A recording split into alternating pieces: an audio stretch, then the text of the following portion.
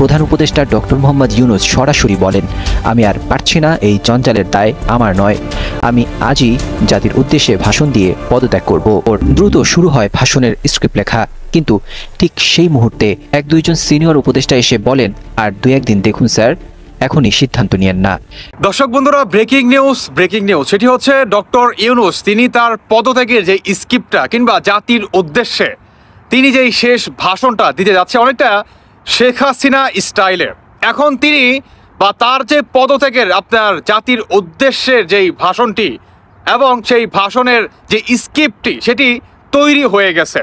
আমাদের বাংলাদেশের গণমাধ্যমগুলো বর্তমান এগুলোই আপনার প্রকাশ করতেছে যে ডক্টর ইউনূসের জাতির উদ্দেশ্যে যেই শেষ ভাষণটি দিবেন সেই স্ক্রিপ্টটি লেখা শুরু হয়ে গেছে বা সেটি শেষ হয়ে গেছে।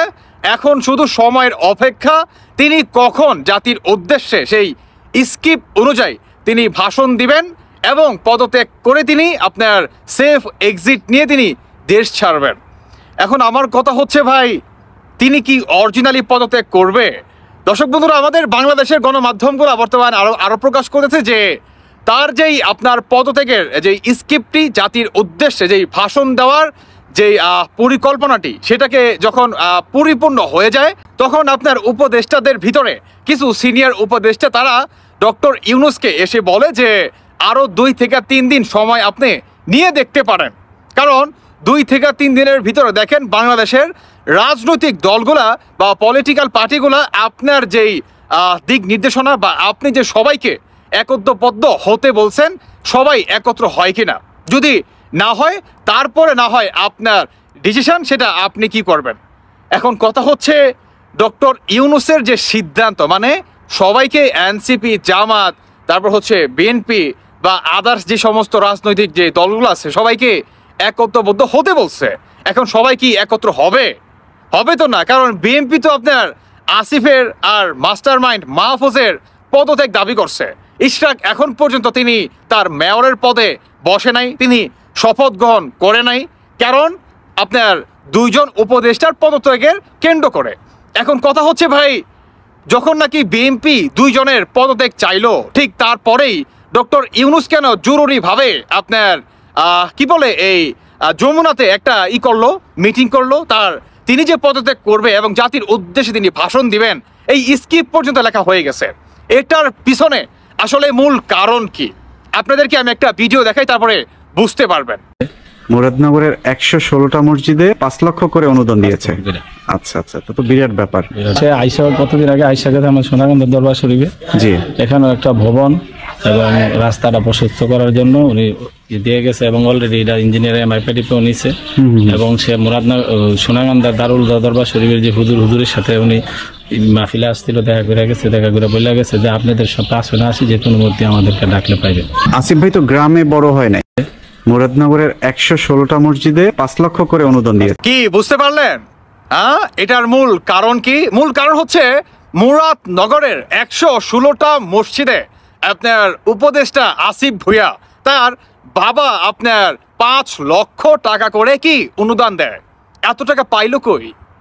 একটু ভাই আপনারা একটু ক্যালকুলেশন করেন তো, যে 116টা মসজিদ না, 116টা মসজিদে যদি 5 লক্ষ করে টাকা দেয় তাহলে আসলে কত কোটি টাকা আসে, একটু আপনারা ক্যালকুলেশন করেন। আর অন্যদিকে এই উপদেষ্টা আসিফ ভুঁইয়া তিনি বলছে যে তার অ্যাকাউন্টে এমন অ্যামাউন্ট আছে, এখানে আমার মাত্র 5 থেকে 6 লক্ষ টাকা আছে, আর বাকি টাকা আমাদের এই জুলাই আন্দোলনকে কেন্দ্র করে মানুষ যে আমাদের অনুদান দিছে এইটাই হচ্ছে এই সমস্ত টাকা।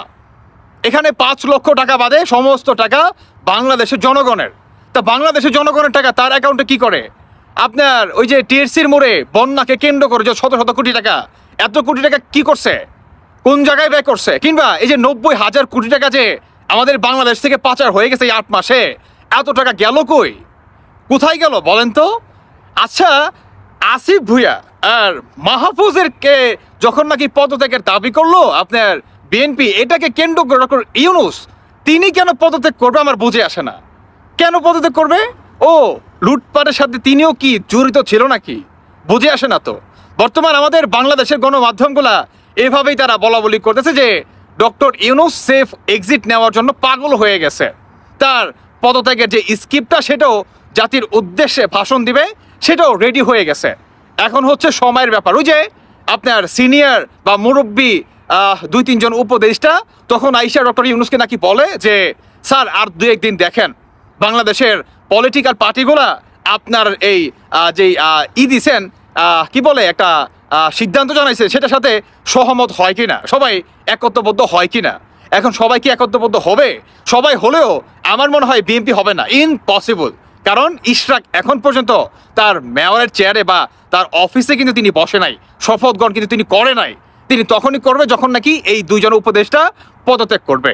আর ডক্টর ইউনূসও চায় না এই 2 জন পদত্যাগ করুক, কারণ এই 2 জন যদি পদত্যাগ করে তখন আমাদের বাংলাদেশের পুলিশ প্রশাসন কিংবা সেনাবাহিনী আপনার বা ইশরাক যখন নাকি মেয়র পদে বসবে তখন এই 2টার ব্যাংক অ্যাকাউন্ট চেক করা হবে, এদেরকে বা এদের এগেনস্টে তদন্ত করা হবে। তারপরে হচ্ছে আপনার যদি কোনো কিছু পায় তাদেরকে আইনের আওতায় এনে ফেলবে। এটার জন্যই বর্তমান ডক্টর ইউনূস তার পদত্যাগের গুঞ্জনটা জাতির উদ্দেশ্যে ছড়াচ্ছে। আমার কথা হচ্ছে তিনি আসলে পদত্যাগ করবে কিনা আমি জানি না, তবে মাস্টার আরেকটা মাইন্ড গেম খেলতেছে জাতির উদ্দেশ্যে, এটা কিন্তু স্পষ্ট ভাই। কারণ ইশরাক যদি ঢাকার মেয়র পদে বসে পড়ে, এই যে আসিফ ভুঁইয়া আপনার মুরাদনগরে 116টা মসজিদে প্রতিটা মসজিদে আপনার 5 লক্ষ টাকা করে অনুদান দেয়, এত টাকা পাইলো কই? বা মাস্টার মাইন্ড যে বা যারা আছে তারা যে আসলে কত টাকা পাচার করছে সমস্ত কিছু ধরা খেয়ে যাবে। ডক্টর ইউনূস যে এটার পিছনে আপনার সবচেয়ে বড় মাস্টার মাইন্ড, এটাও কি বের হয়ে আসবে। আমার মনে হয় এর জন্যই ডক্টর ইউনূস নতুন আরেকটা নাটক সাজাচ্ছে যাতে তাকে আসলে গ্রেফতার না করে।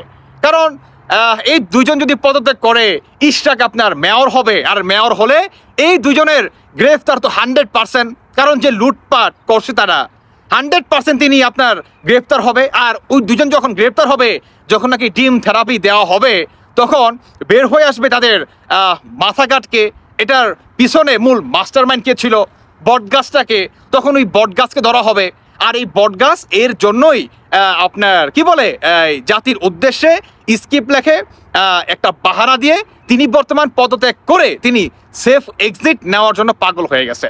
তবে আমি বলতে চাই তিনি যদি বাই এনি চান্স কোনোভাবে পদত্যাগ করে, তিনি যাতে দেশ থেকে সেফ এক্সিট না নিতে পারে। বাংলাদেশে এই 8 মাসে যদি কোনো এই কি বল 9,000 কোটি টাকা তো পাচার হয়েছে, এটা যদি আপনার একদম 100% পিওর হয় তাহলে ডক্টর ইউনূসকে আইনের আওতায় আনা হবে এবং সুষ্ঠু একটা বিচারের মাধ্যমে এটা চালাতে হবে যে এটার পিছনে ডক্টর ইউনূস জড়িত কিনা।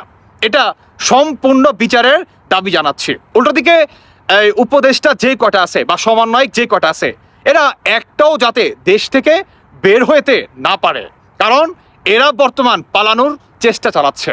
দর্শক বন্ধুরা, এই হচ্ছে বর্তমান অন্তর্বর্তীকালে সরকারের আপনার জাতির উদ্দেশ্যে তার পদত্যাগের স্ক্রিপ্টের যে লেটারটা তিনি সেটা তৈরি করছে।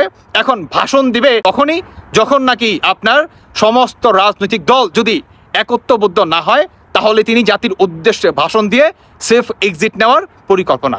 এনিওয়ে দর্শক বন্ধুরা, এই বিষয়ে আপনারা কতটুকু বা কি মনে করতেছেন সেটা আপনারা অবশ্যই জানিয়ে যাবেন। ধন্যবাদ সবাইকে। আল্লাহ হাফেজ, আসসালামু আলাইকুম।